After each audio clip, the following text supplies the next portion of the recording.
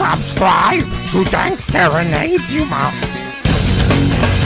Washing up is never done. Vacuum the cat is never fun. Tell me which one needs a stun. I can never find the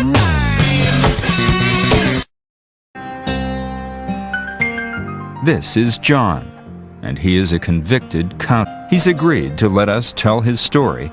His is a tale of ambition, greed, the portrait, in other words, of a count. It was my desire to put together just a full-blown 5-day festival that would basically just be Mega Fest. He spent money on the venue, the advertising, and the bands, booking nationally known acts like Billy Ray Cyrus.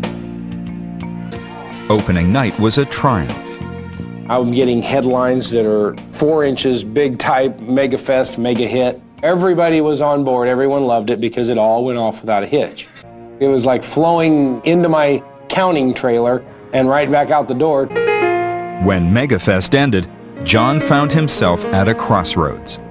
In hindsight, that's the moment in time I should have thrown in the towel, but I had thoroughly made up in my mind, you know, I'm going to make this thing happen. At this point, we should make it perfectly clear that the reason for the disclaimer is that the thing that inspired John to break the law was a TV documentary on counting. This documentary program was nothing more than a crash course on how to actually physically make, and explored all the various ways. And that's probably when the light bulb went on. Many of us have imagined what it would be like to be a count. The fantasy of being able to churn out money at will is what makes it such a romantic crime. But until very recently, the paradox was that making easy money took an awful lot of work. They'd consider themselves artists, if you will. I mean, I've arrested people who were looking at felony prison charges, very serious offenses. In the last few years, everything's changed. New technology has sparked an explosion thanks to computers, and a crime everyone's thought about has become a crime anyone can do. You don't have to spend the hours that you had to perfecting the process and the quality. You literally can sit down at your computer or with a color copier or a high-resolution output device and come up with a fairly deceptive. So that was John's answer.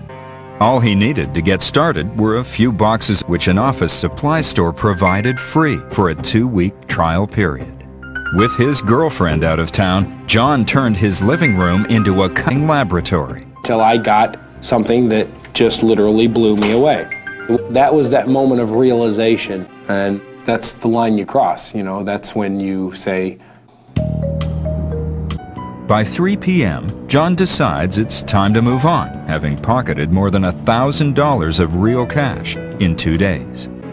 The cashier takes down John's license plate number and calls the police department. Lieutenant Bill is in the area when the call comes in. I traveled and happened to look over on a parking lot, and the vehicle sat there.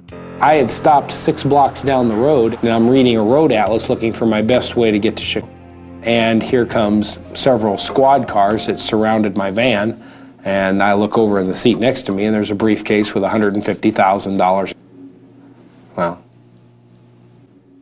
When we did tell him what he was suspected of, he was very surprised that he had, I guess, very nervous. The police found stuffed into the seat of their squad car John had tried to get rid of while he was handcuffed in the back. 4 months later, in federal court, John pleaded guilty to count. He was sentenced to 12 to 15 months in a federal prison, a much lighter sentence than the 15-year maximum. And so when I was caught and arrested, I had all the available funds with me to make complete restitution to the people that I had done wrong to. Today, John is out of prison. He's hoping to get back into the promotions game. The Secret Service will tell you that counts like John pose a serious threat, but not for the reason you think. Each year, around 40 million counts are pulled from circulation worldwide. Any amount of count concerns us, but I think it's important to note that We have about 560 or 550 in circulation worldwide, and of that, of count, a distinguished tradition of greed and deception that's been around. It was a cumbersome and inconvenient form, but at least there was no count. Lately, the government has been cooperating with high-tech companies to find ways to stop counterfeit before it starts. The engineers hope to make the computers counterproof. And so the game continues.